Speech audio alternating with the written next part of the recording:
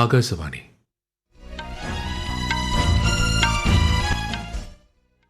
നമസ്കാരം. വാർത്തകൾ വായിക്കുന്നത് സുധിൻ സൈനുദ്ദീൻ.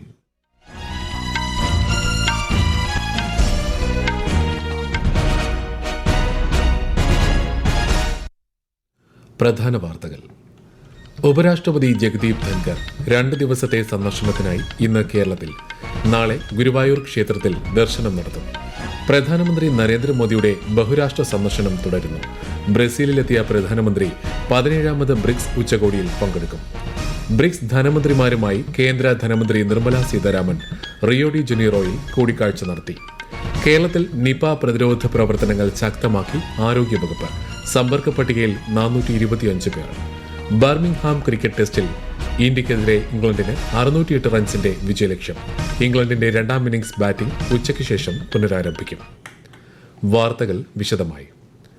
5 രാജ്യങ്ങളിലേക്കുള്ള സന്ദർശനത്തിന്റെ 4ാം ഘട്ടത്തിൽ പ്രധാനമന്ത്രി നരേന്ദ്രമോദി ബ്രസീലിലെ റിയോ ഡി ജനീറോയിൽ എത്തി.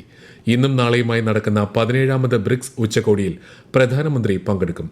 ഉച്ചകോടിയിൽ ആഗോള ഭരണ പരിഷ്കരണം, സമാധാനവും സുരക്ഷയും, നിർമ്മിത ബുദ്ധിയുടെ ഉത്തരവാദിത്തപരമായ ഉപയോഗം, ആഗോള ആരോഗ്യം, സാമ്പത്തിക കാര്യങ്ങൾ തുടങ്ങിയ വിഷയങ്ങൾ ചർച്ചയാകും. ഉച്ചകോടിക്ക് ശേഷം ബ്രസീലിയൻ തലസ്ഥാനമായ ബ്രസീലിയ സന്ദർശിക്കുന്ന പ്രധാനമന്ത്രി Brazil president Luiz Inacio Lula ഡിസൽവയുമായി കൂടിക്കാഴ്ച നടത്തും. വ്യാപാരം, പ്രതിരോധം, ഊർജ്ജം, ബഹിരാകാശം, സാങ്കേതികവിദ്യ, കൃഷി, ആരോഗ്യം തുടങ്ങിയവ സംബന്ധിച്ച് ഇരു നേതാക്കളും ചർച്ച ചെയ്യും. ഗ്ലോബൽ സൌത്ത് രാജ്യങ്ങളായ ഇന്ത്യയും ബ്രസീലും തമ്മിലുള്ള 30 വർഷത്തെ സഹകരണത്തിലൂടെ വലിയ സാമ്പത്തിക പുരോഗതി കൈവരിക്കാൻ ഇരു രാജ്യങ്ങൾക്കും കഴിഞ്ഞതായി ബ്രസീലിലെ ഇന്ത്യൻ അംബാസഡർ ദിനേശ് ഭാട്ടിയ ആകാശവാണിക്ക് നൽകിയ പ്രത്യേക അഭിമുഖത്തിൽ പറഞ്ഞു. Brazil and India, both countries have achieved a tremendous economic progress in the last 30 years. We have followed somewhat similar trajectory in economic growth. India, of course, has gone to the 4th position in total GDP.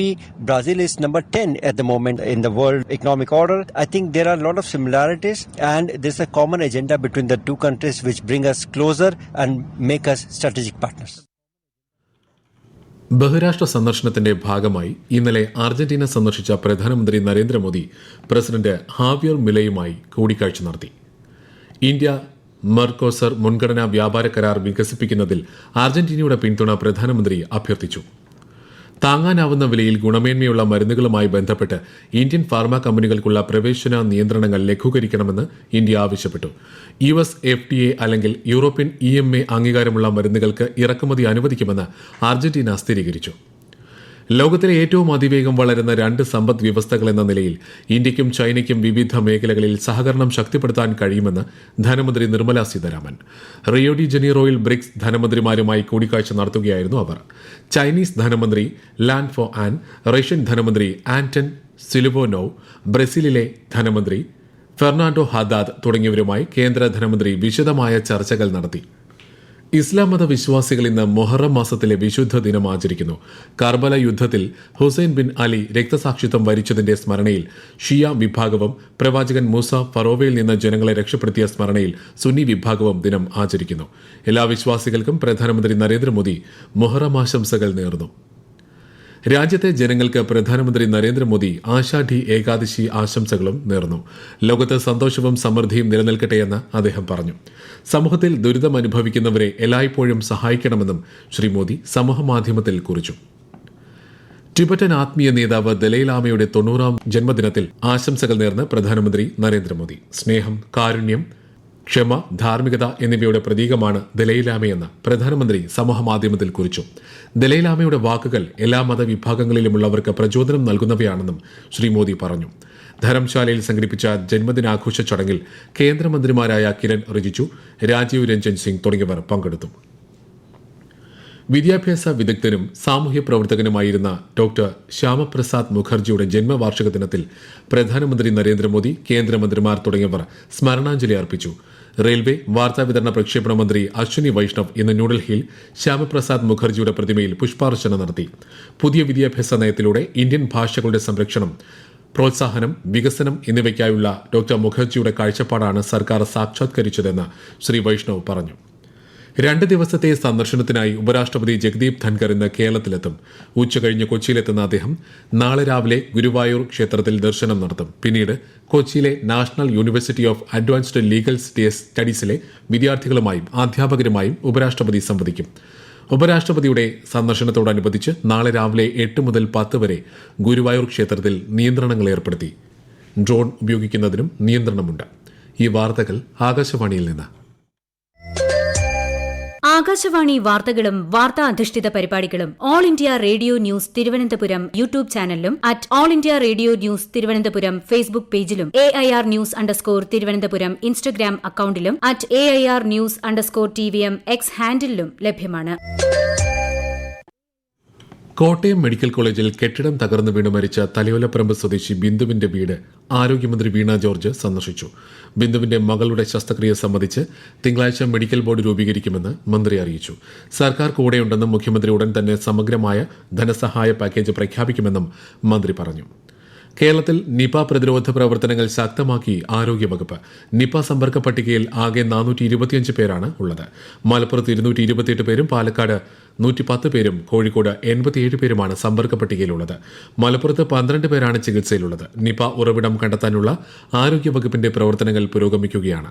അതേസമയം രോഗം സ്ഥിരീകരിച്ച് Kozhikode medical കോളേജിൽ ചികിത്സയിലുള്ള പാലക്കാട് സ്വദേശിനിയുടെ ആരോഗ്യനില മാറ്റമില്ലാതെ തുടരുന്നു. പാലക്കാട് ജില്ലയിൽ Nipah പ്രതിരോധ പ്രവർത്തനങ്ങൾ ഊർജിതമാക്കി ആരോഗ്യവകുപ്പ്. സർക്കാർ മെഡിക്കൽ കോളേജിൽ 40 ബെഡുകളുള്ള ഐസൊലേഷൻ യൂണിറ്റ് സജ്ജീകരിച്ചു. 24 മണിക്കൂറും പ്രവർത്തിക്കുന്ന കൺട്രോൾ റൂമും പ്രതിരോധ പ്രവർത്തനങ്ങൾക്കായി 26 അംഗ സമിതിയും നിലവിൽ വന്നിട്ടുണ്ട്. കൂടുതൽ വിവരങ്ങളുമായി ആകാശവാണി പാലക്കാട് ജില്ലാ പ്രതിനിധി ഫൈസൽ അലിമുത്ത്. ജില്ലയിൽ 110 പേരാണ് നിരീക്ഷണത്തിൽ ഉള്ളത്.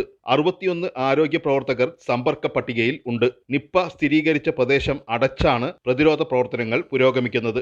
പ്രദേശത്ത് പനി പരിശോധന നടത്താനും സമ്പർക്ക പട്ടികയിലുള്ളവരെ അവിടെ തന്നെ ഐസൊലേറ്റ് ചെയ്യാനുമാണ് നിർദ്ദേശം.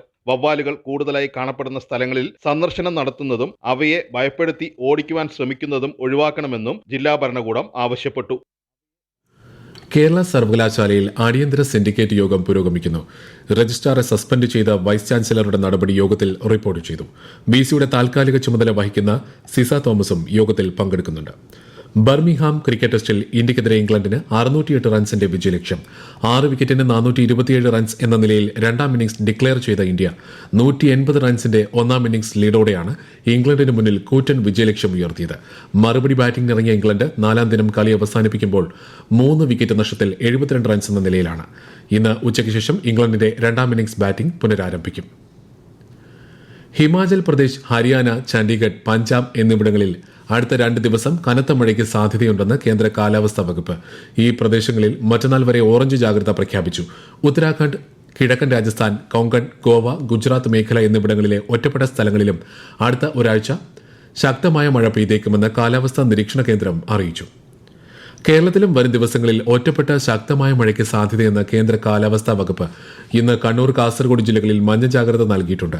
കണ്ണൂർ, കാസർഗോഡ് ജില്ലകളിലെ തീരങ്ങളിൽ ഉയർന്ന തിരമാലയ്ക്കും കടലാക്രമണത്തിനും സാധ്യതയുണ്ട്. തെലങ്കാനയിലെ സംഗറെഡ്ഡി ജില്ലയിലെ മരുന്ന് നിർമ്മാണ കേന്ദ്രത്തിലുണ്ടായ സ്ഫോടനത്തിൽ മരിച്ചവരുടെ എണ്ണം 41ആയി. പരിക്കേറ്റ് ചികിത്സയിലായിരുന്ന 2 പേർ കൂടി മരിച്ചു. അതേസമയം അപകടത്തിൽപ്പെട്ട 9 തൊഴിലാളികളെ ഇനിയും കണ്ടെത്താനായിട്ടില്ല. കഴിഞ്ഞ 3 ദിവസങ്ങളിലായി ഏകദേശം 48,000 ഭക്തർ അമർനാഥ് യാത്ര നടത്തി.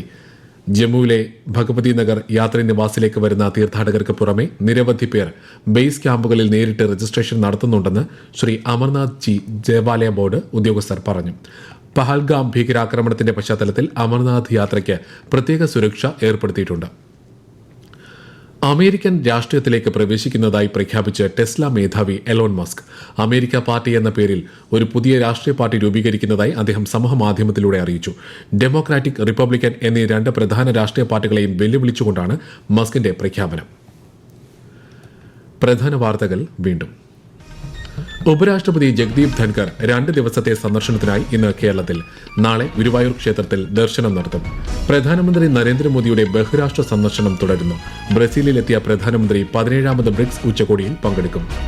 ബ്രിക്സ് ധനമന്ത്രിമാരുമായി കേന്ദ്ര ധനമന്ത്രി നിർമ്മല സീതാരാമൻ റിയോ ഡി ജനീറോയിൽ കൂടിക്കാഴ്ച നടത്തി. കേരളത്തിൽ നിപ പ്രതിരോധ പ്രവർത്തനങ്ങൾ ശക്തമാക്കി ആരോഗ്യവകുപ്പ്. സമ്പർക്ക പട്ടികയിൽ 425 പേർ. ബർമിംഗ്ഹാം ക്രിക്കറ്റ് ടെസ്റ്റിൽ ഇന്ത്യക്കെതിരെ ഇംഗ്ലണ്ടിന് 608 റൺസിന്റെ വിജയലക്ഷ്യം. ഇംഗ്ലണ്ടിന്റെ രണ്ടാം ഇന്നിംഗ്സ് ബാറ്റിംഗ് ഉച്ചയ്ക്ക് ശേഷം പുനരാരംഭിക്കും. വാർത്തകൾ കഴിഞ്ഞു. അടുത്ത വാർത്താ പ്രക്ഷേപണം വൈകുന്നേരം 6:30.